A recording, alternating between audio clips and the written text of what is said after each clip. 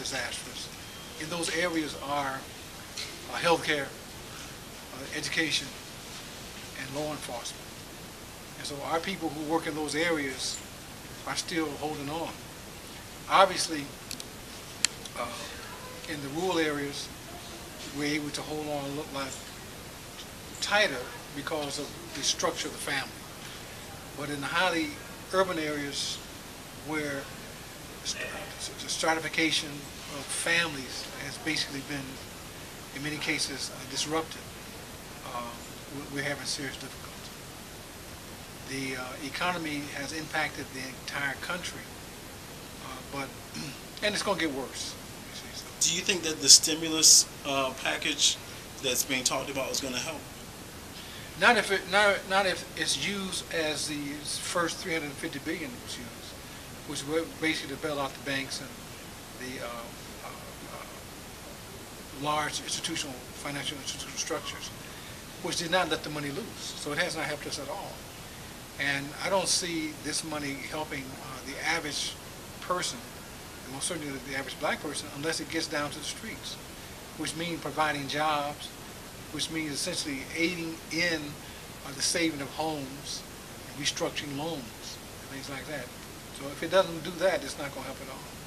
I've been talking with folks in Japan and in Italy and Nigeria, and many of them really excited about the new president. How do you think that having a new administration is going to affect the world's standing of the country? I think that he brings a new spirit in, most certainly. I think that for the most part, his cabinet looks pretty stable. I do have some problems with Hillary Clinton as the Secretary of State, not only with her, but also with her husband. I think that that for the most part, he has not acted in a way, most certainly in terms of integrity, in terms of taking this money from these the oligarchies, potentates, and everything else. And I do not think that she's that sound in foreign policy. So, but everybody else, with the possible exception also of Arnie Duncan in terms of education, he's not an educator. He's a businessman, and he has very little understanding of how to educate our children. Given all of the euphoria around Obama and this inauguration coming just a day after the King holiday, do you think that this phenomena is in any way going to overshadow the impact of Dr. King in the country? Oh, no.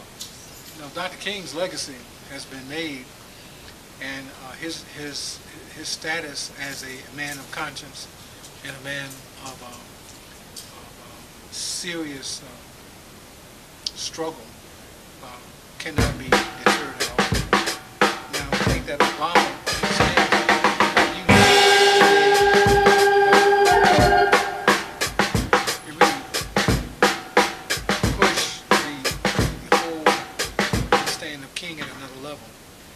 So he's building, I think, on King's tradition. Not only King's tradition, but Malcolm's tradition, Fannie Lou Hamer's tradition, Harriet Tubman's tradition. He's not a fool. I mean, one thing you understand about Barack Obama, he's an intellectual.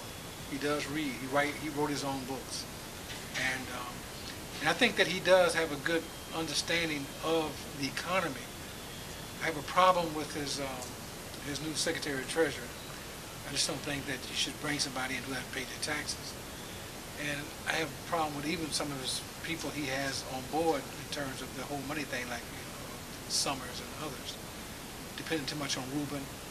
Has not really criticized Alan Greenspan at the level he needed to be criticized. But I do think that he understands essentially that the country is going into a deeper recession because we have not dealt with the credit cards, credit default swaps, derivatives, and hedge funds. And that's coming now in '09. And you're talking about trillions and trillions and trillions of dollars. So it's going to be very difficult.